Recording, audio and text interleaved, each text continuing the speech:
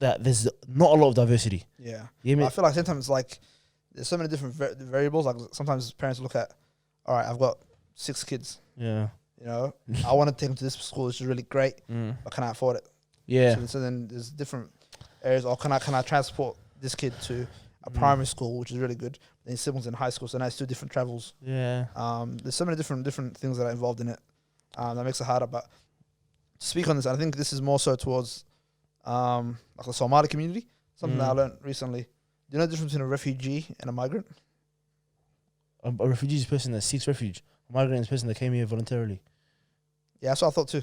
Like I thought it was just black and white and that's it. But a refugee is someone that obviously comes to a country and has nothing there besides who they came with, right? And a migrant is someone that comes in, has somewhere to stay, has networks already, can get support, financial aid, all that kind of stuff. Even if they don't know the language, because they've already got someone else who came here.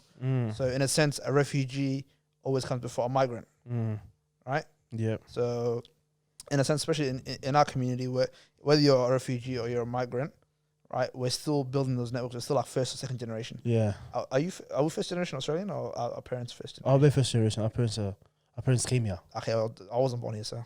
Oh yeah, well, my parents came here. So my siblings that were born here are first generation. Yeah. But I'm not. You're not. Okay, fair enough. But yeah, so in those senses, like even the migrants that come here, they don't get that credit for the educational background, their work background. It's not recognized by the Australian government. Yeah.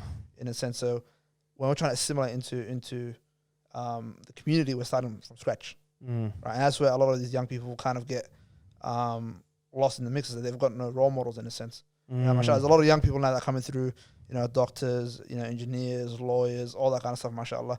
But the second, we kind of came and we were growing up, so we didn't have that to look up to. We probably had, our parent that, probably did study or whatnot, but then they were stuck to factory, taxi, or whatnot, because, they're just trying to make a living, trying to, feed their family and stuff. So it's kind of like you see all these young people, and also apparently the reason why there's a massive gap in male role models, especially, is because of that anxiety, that mental health that comes with working so hard in your life, and then all of a sudden you've got nothing.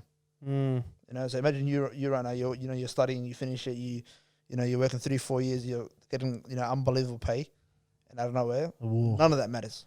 Yeah. How are you gonna feel about all that effort you put into your life? And rubbish. Like you're already stressing about one exam, and you have to start your whole life from scratch. And right? just work. Yeah.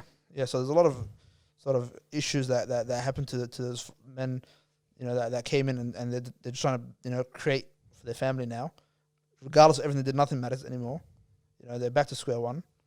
And then there's also a lot of people that were lost in war, a lot of single mothers, all this kind of stuff. So that's why there's a massive gap when it comes to male role models. And I learned that recently through just working and communicating with more people that kind of had that experience and stuff. So